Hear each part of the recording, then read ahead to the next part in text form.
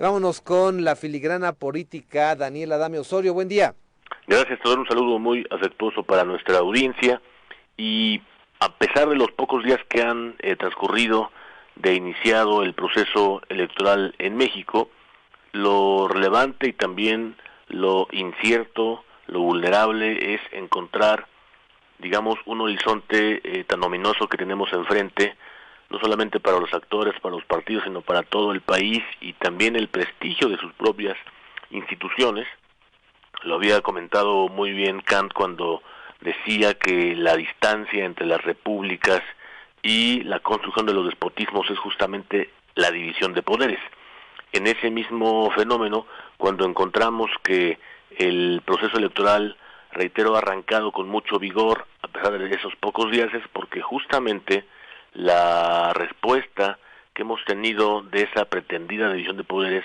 ha sido muy vaga y llena de incertidumbre, a partir justamente de la decisión de hace pocos días de esa mayoría de los 6 ministros de la Corte que han declarado la constitucionalidad de una parte de la petición presidencial, porque también es cierto que en sus maniobras retóricas y también discursivas tuvieron que hacer un cambio para no verse tan involucrados en una pregunta tan directa en torno a cómo referirse a una interrogante muy espumosa, incierta, pero con una idea muy clara. ¿Usted está de acuerdo con que la ley se cumpla de acuerdo con los parámetros de la ley? Digamos, es lo que nos asoma a la circunstancia de ir reduciendo poco a poco ese fenómeno de la división de poderes, y también le da un aliento, por lo menos de corto y de mediano plazo, al presidente, y de largo plazo en contra de las propias instituciones, en la idea de que pueda entenderse lo que cada quien pretenda y quiera sobre el proceso político mexicano en su conjunto, no únicamente de una jornada y de un proceso electoral. Con todo ello, estamos observando ahora que, número uno, le han dado ya un tema muy importante al presidente para decir cuál va a ser la temática de la próxima campaña electoral y buscar así la retención de esa mayoría en Cámara de Diputados y del resto también en el país, y sobre todo le han permitido que a lo largo de los próximos años se vaya erosionando paso a paso, digamos, la configuración del diseño institucional mexicano, lo que es en la parte jurídica muy grave, pero sobre todo también en la parte política va generando un asiento de inconformidad y también de mucha expectativa desfavorable en torno de la sociedad mexicana. La parte política y social es muy grave por lo relevante que significa, por ejemplo, la aspiración que tienen muchos mexicanos,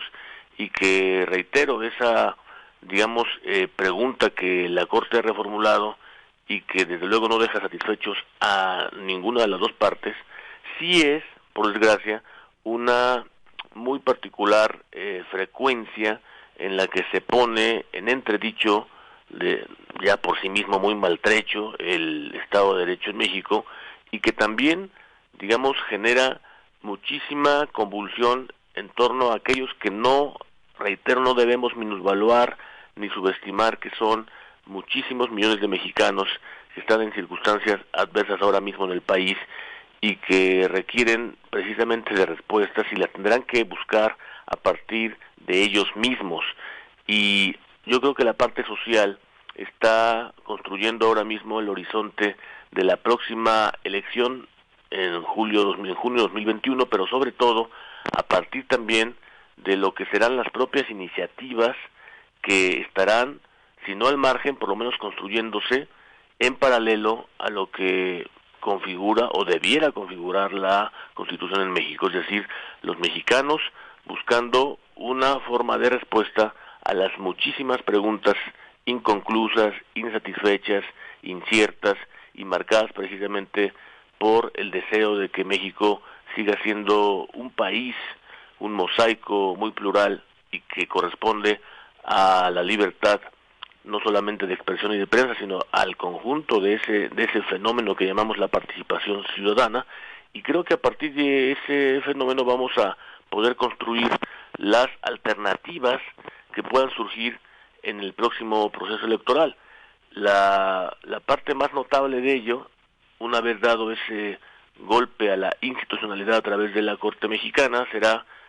reiterar en la idea de que cada espacio sea cubierto por los partidos, por los actores, basados justamente en una intencionalidad local, y que no sea una elección,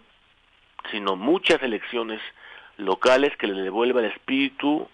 regional al país en cuanto a su diversidad,